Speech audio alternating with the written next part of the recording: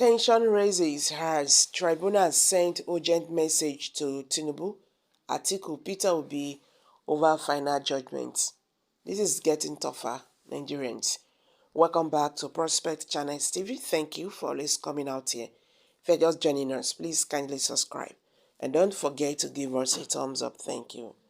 The Presidential Election Petition Court, PEPC, located in Abuja, is about to announce its verdict on 3 petitions amid at overturning President Bola Tinubu's election. Ahead of the judgment date, Justice Aruna and the 5-member panel have instructed all parties to appear before the court on Tuesday for abduction of final address.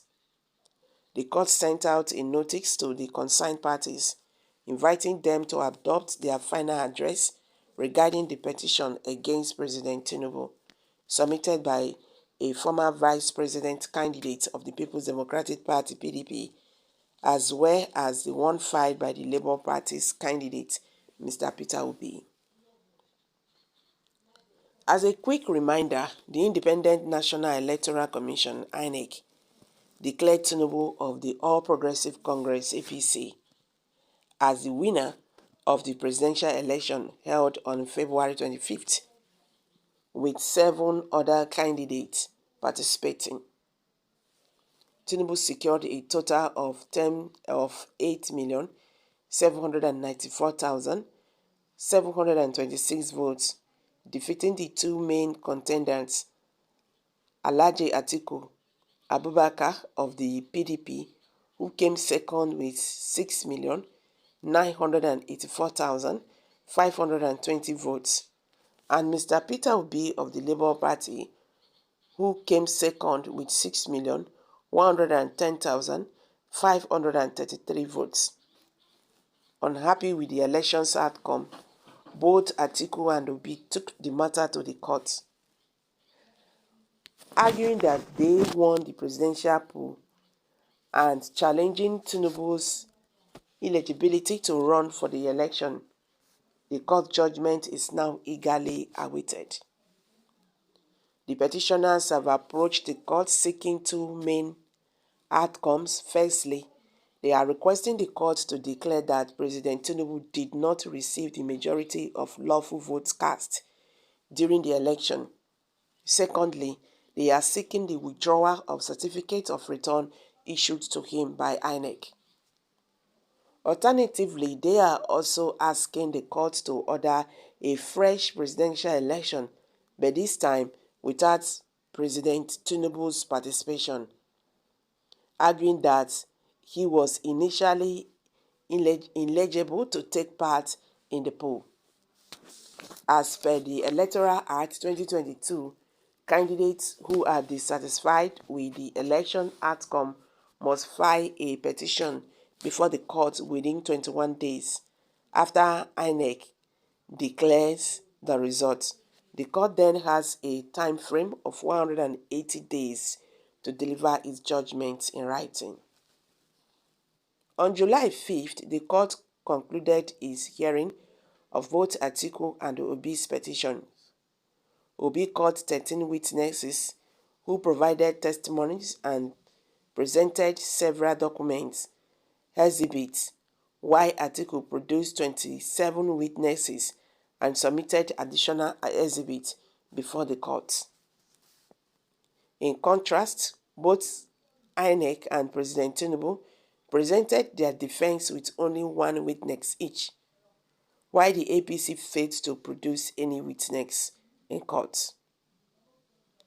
The respondents, which include INEC, the President Tinubu, and the APC, all submitted written arguments urging the court to dismiss the petitions due to lack of merit.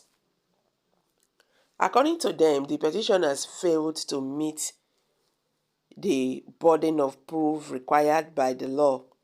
The respondents stated that while the petitioners made allegations that could be considered as criminal offenses, they couldn't provide sufficient evidence beyond a reasonable doubt as mandated by the law. Meanwhile, in a compelling challenge to the federal government, Peter Obi, the Labour Party's candidate in the February 25th, 2023 presidential election, demands transparency in the utilization of funds from petrol subsidy removal. Speaking at the Peter Obi Live on Parallel Fact Twitter Space on July 29, he questioned the efficiency of the government's economic decision and its allocation of the gains. While the Bola Ahmed Tinubu's administration defended the subsidy removal as a measure against corruption and a means to save funds, Obi remained skeptical, labeling it a potential breeding ground for corruption. He insisted that Nigerians deserve to see concrete members and future figures on how the subsidies savings are being allocated.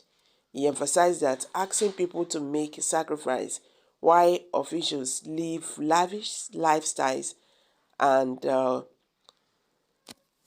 indulge in extravagant purchases is unjustifiable. Proposing an alternative approach, Obi highlighted the need for a phased and structured implementation to understand the actual subsidy components involved, citing corruption in the oil sector. He stressed the necessity of identifying and eliminating elements before making decisive actions. So guys, I'm dropping it here. Kindly share your thoughts below the comment section. Thank you.